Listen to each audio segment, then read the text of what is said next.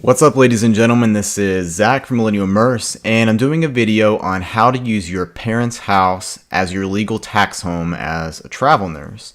So this is something that a lot of people have questions about before they begin travel nursing, and even whenever they get into it, some people wonder, hey, am I doing this right? What if the IRS audits me? How can I make sure that I'm okay? Well, I'm here to tell you that I'm not a tax professional by any means. That's obvious. I'm a registered nurse.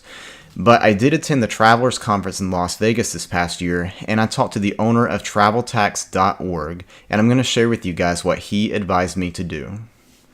Alright guys, so first things first is you want to make a consistent monthly payment to your parents. This is very important because it makes it look as if the leasing agreement that you have between you and your parents is authentic. The IRS likes this.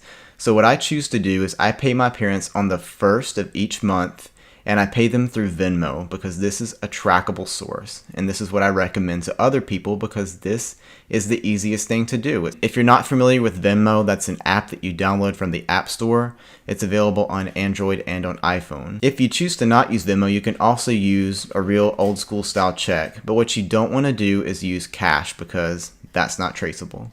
Alright, so what are you responsible for paying for? So let's pretend that it's you, your mom, and your dad, 3 people that live in the tax home that you claim. So if your parents have a mortgage or they make monthly payments for rent, then you would be responsible for 1/3 of that monthly payment. In my situation, I don't have to do that because my parents own their home.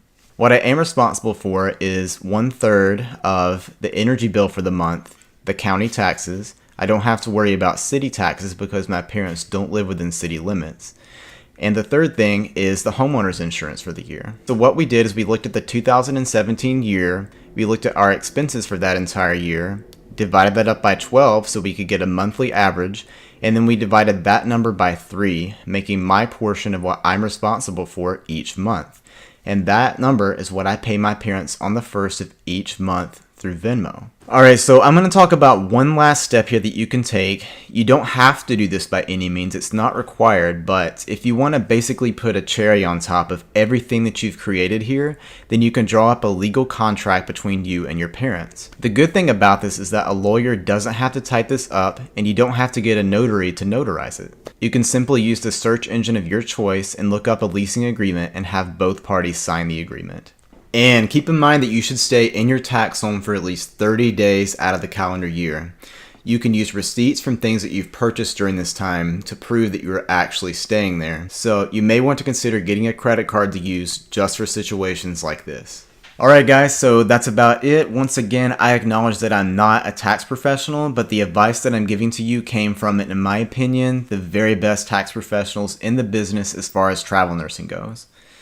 And as always, like and subscribe, follow me on Twitter and Instagram, and have a wonderful day.